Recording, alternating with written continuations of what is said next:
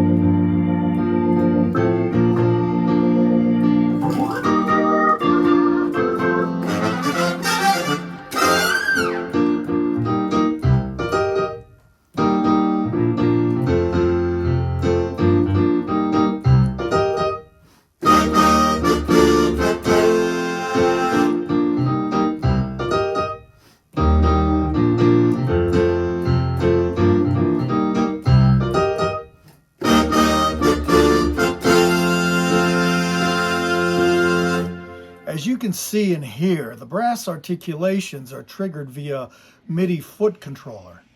The principal brass library that I use is Broadway Big Band by Fable Sounds. There are several brass articulations that are assigned to the MIDI controller. In this case, I'm using a brass forzando followed by a brass fall. The real-time orchestrator, or RTO feature of Broadway Big Band enables me to plan how I want the brass to be voiced. My configuration is a 2 to 3 part trumpet section, an alto sax and tenor sax, a trombone and bari sax on the bottom. Each sax and brass instrument is mapped out in the RTO and onto the keyboard to play in its optimal range. This results in the fat brass sound that you hear.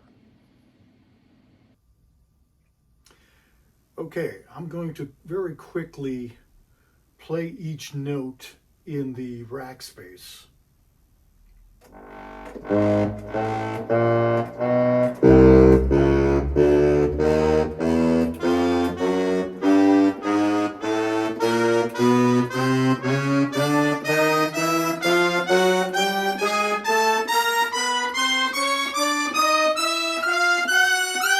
configured in the real-time orchestrator, the way that you play the chord will dictate where the sounds are going to be laid.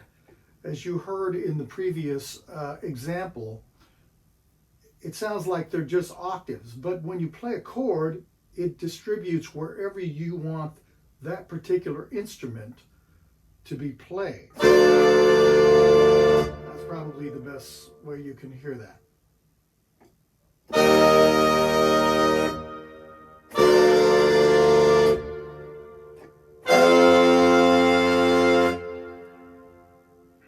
The next section is the signature synth soli.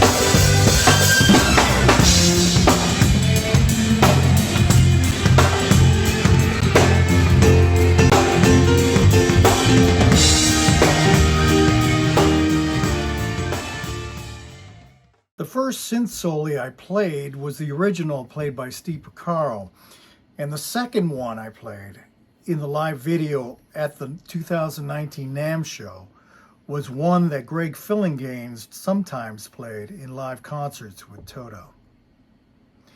Additionally, the gig performer rack spaces I have created for specific sections of the song are advanced via foot pedal. This helps when both hands are very busy. On a general note, I always try to map out the top keyboard to accommodate all the sounds I need for the entire song. However, in this case, I used different rack spaces with different configurations. At the time, Gig Performer didn't offer the song sections feature. So when I changed the rack space, and which is triggered by the foot pedal when I'm playing the song, the configuration, the splits and layers change to however I've configured it, which is totally different from the brass rack space. So here's, so we got that. So that goes up, and then on the other side, I split the other part of the synth soli. So that has a delay as well on it.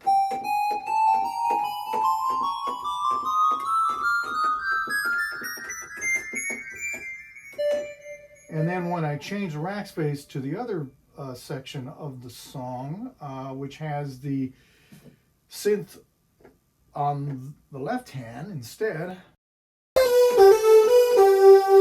and then the brass is on the top.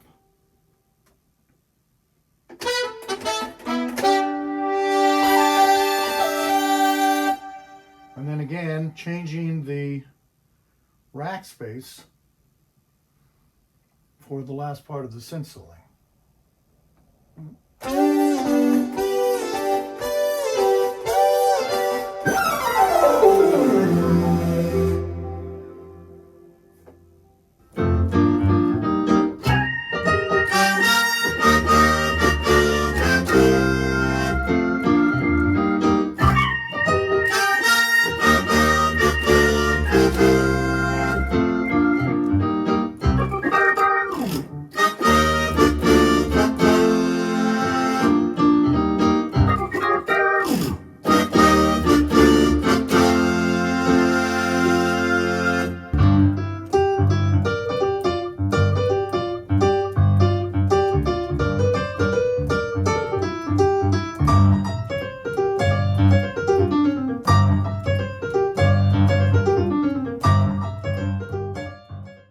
Gig Performer enables me to do the work of 2 to 3 keyboard players.